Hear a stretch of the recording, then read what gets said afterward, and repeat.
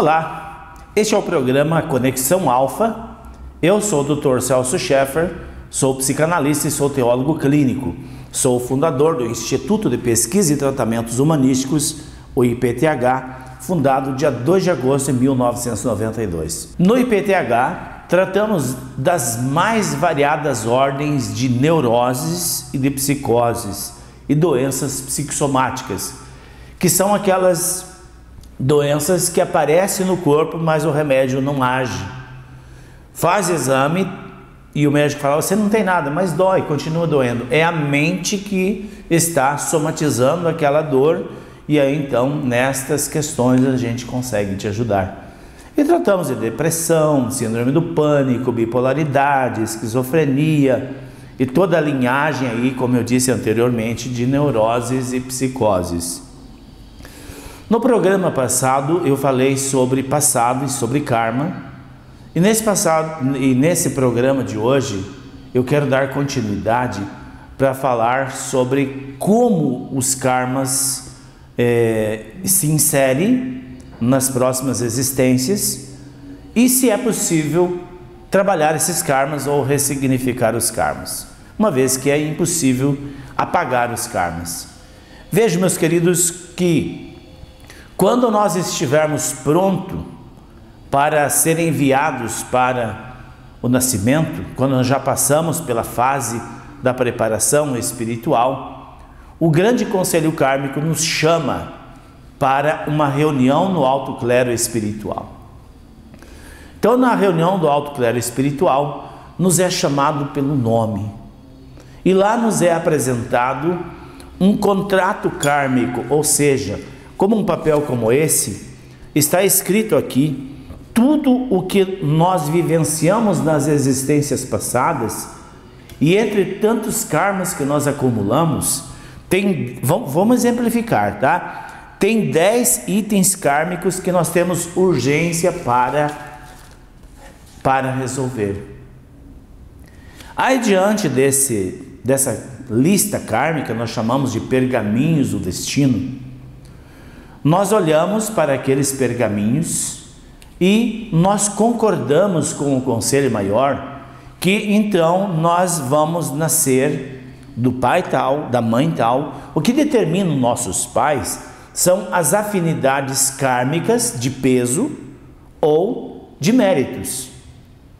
Nós já tivemos com os nossos pais envolvimentos em vidas passadas, e muitas vezes não. Absolutamente todas as vezes que nós nascemos, o que determina quem são os nossos pais são as vivências que nós temos no passado, de delinquência que nós praticamos, ou do amor que nós vivemos lá atrás. Por isso que muitos filhos não se entendem com os pais, porque eles não compreenderam que eles vieram como filhos agora, porque talvez na vida passada eles foram pais muito agressivos com os filhos, ou castradores que impediram os filhos de crescer na vida. Então nesta existência fica combinado que ele vem como filho dos filhos da vida passada. Como nós passamos pelo túnel do esquecimento, a gente não lembra disso. Mas eu quero voltar então na reunião do alto clero.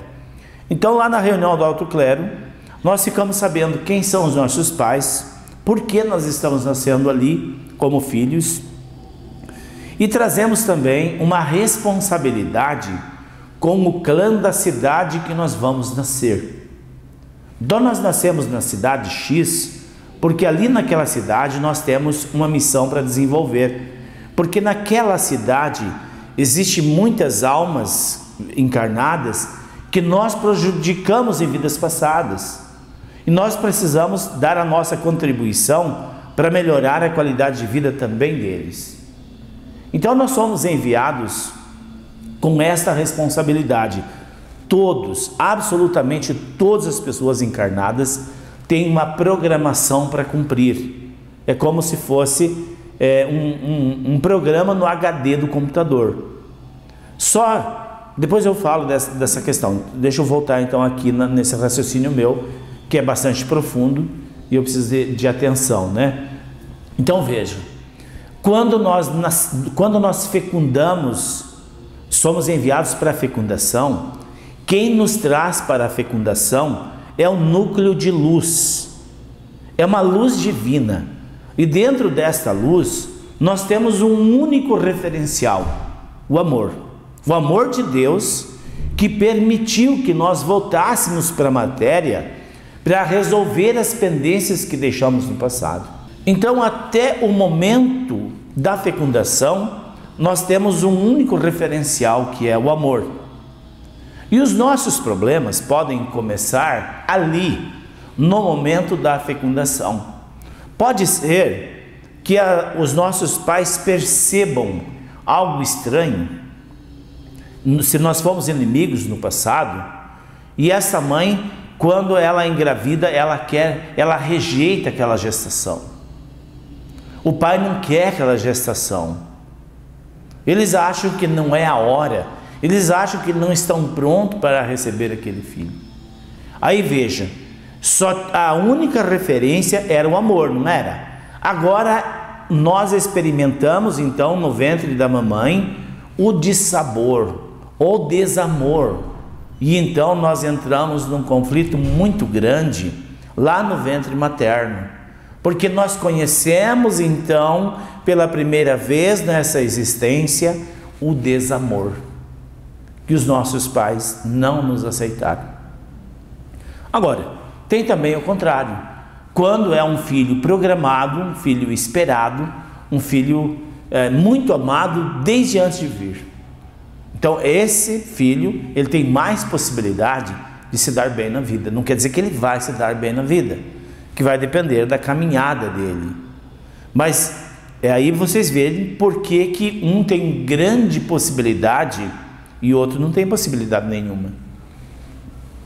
Você vê na vida da pessoa, um trabalha e mal tem o que comer. O outro não trabalha tanto, mas ele tem, parece que uma estrela, que tudo dá certo e ele é próspero. O que diferencia? A maneira que ele foi recebido no ventre. Mas não quer dizer que aquele que foi mal recebido, que foi rejeitado, que ele não vai se dar bem na vida. Todos nós trazemos dentro de nós um potencial espiritual incrível, capaz de vencer todas as dificuldades que nós vamos passar. Inclusive porque esta encarnação, este ser que não foi bem recebido pelos pais, já sabia de antemão que assim seria. Mas ele vem com um mecanismo de amor, capaz de amar os pais incondicionalmente, capaz de respeitar os pais e capaz de se dar bem na vida. O que vai determinar se vai se dar bem ou vai se dar mal na vida é a forma com que ele é criado até os 7 anos de idade. Porque até os 7 anos de idade, esses 7 corpos que nós trazemos, chamado de perispírito, chamado de corpo mental, corpo inferior, mental superior, corpo espiritual, corpo emocional, corpo búdico, quer dizer, tem vários nomes, né? O que vai determinar é a rotina que nós temos até os 7 anos. É a hora para levantar, a hora para dormir, a hora para tomar banho, a hora para estudar e a hora para brincar. A rotina é importantíssimo para a estruturação desses corpos psíquicos que nós trazemos. Se nós não temos disciplina, e se os nossos pais não se amam, se os nossos pais não devotam amor por nós, esses corpos não se formam adequadamente e demoram muito mais de 7 anos para ficarem concêntricos. Sabe aquelas pessoas que têm 20 anos de idade e têm uma mentalidade de uma criança de 8? É isso. Os corpos sutis não se adensaram adequadamente, por isso não houve o crescimento da consciência e o crescimento da maturidade de acordo com a idade. Uma outra coisa que é muito prejudicial nessa questão da primeira infância é a pornografia. E todos nós, infelizmente, temos dentro de casa uma grande prostituta. E, infelizmente, a grande maioria das famílias, todas as noites se prostram diante da grande prostituta, a televisão, as novelas da Rede Globo. E lá, a Rede Globo, então, é encarregada de formar as crianças com as mais perversas programações da degradação humana. Pare e analise a programação das novelas da Globo, que você senta lá com seus filhos. Aquilo é um absurdo, é um desrespeito à dignidade humana, o que se passa, o que se ensina nessas novelas. E aí então imagine como uma criança que fica exposto numa pornografia explícita, num distorcimento do caráter humano, da dignidade humana, exposta por esse veículo de comunicação, especialmente nessa programação chamada novela, que, ao meu ver, aquilo deveria ser chamado Sodoma e Gomorra. E aí essas crianças ficam nesse ambiente, e toda esta fala da televisão, essa energia, tudo é energia. A fala são bits energéticos que compõem um som, ficam impregnados dentro da casa da pessoa. E aí uma criança de 2 anos, 4, 5, 6, 7 anos, fica envolto numa programação promíscua, totalmente inadequada não para a idade, inadequada para o ser humano. E aí ficam sentados lá, pasmados. E aí os karmas vão se acumulando. Os karmas vão se acumulando. Se numa vida passada, uma menina, uma moça, uma mulher na vida passada, ela foi adúltera, se ela teve vários envolvimentos com vários homens, ela traz esse karma aqui para se casar e ser fiel ao seu marido. Aí ela se senta na frente da grande prostituta e ali eles dão uma aula de traição, dão uma aula de prostituição. E aí o corpo Budi abre e ela traz aquele peso do passado para resolver, ela não encontra a força. E infelizmente a grande maioria são influenciadas pela programação anti-humana dessa Rede Globo, nos programas de televisão, nas novelas. Eu não tenho nada contra a Rede Globo, não tenho nada contra ninguém, mas a programação dela é um complô contra a dignidade humana. Então nós já trazemos de vidas passadas um monte de pepino para resolver. Aí nosso corpo Budi abre e é introduzido todo aquele lixo contra a dignidade humana. E aí a pessoa começa a ficar cada dia pior. Lá nós vimos uma escola perfeita para trapacear, para enganar, para traficar. Estamos a escola num lugar de honra da nossa casa, na nossa sala. Pense nisso, meu querido, minha querida. E como diz o Antônio Carlos aqui, como ressignificar os karmas? O primeiro passo é tomar consciência que os karmas pesados existem e que você está fracassando na vida por questões do passado que você não compreendeu e que você precisa amar, precisa ser correto, precisa ser honesto, precisa ser trabalhador. E quando você toma consciência disso, e aí você deve procurar ajuda, tá, Antônio Carlos? Se a sua vida está pesada, se a sua vida está difícil, por mais que você tenta e não vai, procure ajuda. Mas procure ajuda no lugar certo. Eu não estou dizendo que o único lugar que você vai procurar ajuda é no IPTH e comigo, em absoluto.